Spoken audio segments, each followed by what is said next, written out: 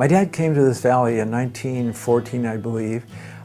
He came out on the train with about 10 bucks in his pocket. He liked fish, so he started making his own fishing lures, and next thing you know, that he was selling them to local hardware stores. He was making fishing lures on the kitchen table, punching them out with an old printing press, put a feathered hook on the end and put the whole thing together and sell it for a nickel back in 1936.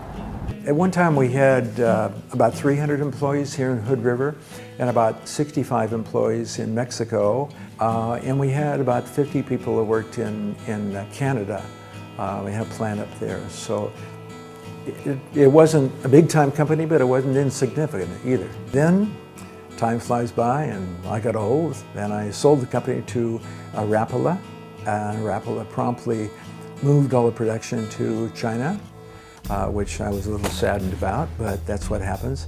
One of the problems with trying to make stuff in China and sell it here, they can't respond. So they have a very limited supply of colors, you might say, and they make them in July and August and sell them next spring, and you just can't respond. So a local manufacturer who can paint a certain color and go out and catch a fish with it and tell everybody that that's the color that's working, they got to have them now. You know, I think that your online storefront idea is wonderful. I like that. And people making lures in their garage, that's exactly where good local lures are made. They're always made by somebody that loves the sport.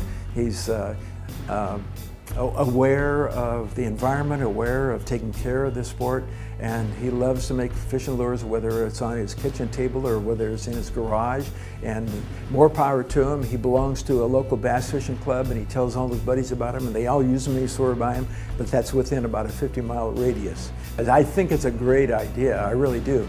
And the timing of it, again, is correct. I tell you, I think that fishermen, if they're cheap, they'll go to Walmart. If they really want to catch a fish, they'll pay attention to the guy that built it, and then we'll teach them how to use it and teach them where to put it. That's really an important thing. Luhr Jensen was the fishinggear.com of the 1950s, 1930s, 1960s, 1970s. All I'm saying is if you have a chance to buy a lure that's made by somebody down the Ilwaco or down the Rogue River or up here on the Columbia River, you have a chance to buy a lure from them. Buy that lure from them. Don't buy one that's made in China.